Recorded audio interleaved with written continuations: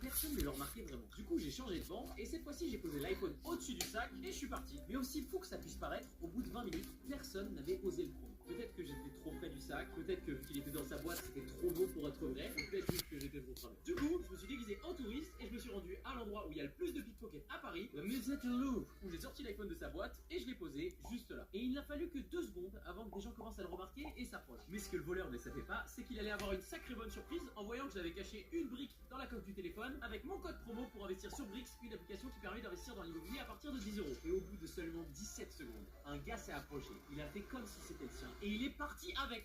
J'ai laissé un iPhone en plein Paris pour voir combien de temps il allait tenir sans que quelqu'un ne le vole. Un gars s'est fait avoir. L'iPhone a tenu 2 secondes. Je me suis d'abord assis sur un banc et je l'ai laissé échapper un peu de mon sac, mais après 15 minutes, personne ne le remarquait vraiment. Du coup, j'ai changé de banc et cette fois-ci, j'ai posé l'iPhone au-dessus du sac et je suis parti. Mais aussi, pour que ça puisse paraître, au bout de 20 minutes, personne n'avait osé le prendre. Peut-être que j'étais trop près du sac, peut-être que vu qu'il était dans sa boîte, c'était trop beau pour être vrai, ou peut-être juste que j'étais trop cramé. Du coup, je me suis déguisé en touriste et je me suis rendu à l'endroit où il y a le plus de pickpockets à Paris, le musée du Louvre, où j'ai sorti l'iPhone de sa boîte et je l'ai posé juste là. Et il n'a fallu que 2 secondes avant que des gens commencent à le remarquer et s'approchent. Mais ce que le voleur ne savait pas, c'est qu'il allait avoir une sacrée bonne surprise en voyant que j'avais caché une brique dans la coque du téléphone avec mon code promo pour investir sur Brix, une application qui permet d'investir dans l'immobilier à partir de 10 euros. Et au bout de seulement 17 secondes, un gars s'est approché, il a fait comme si c'était le sien et il est parti avec.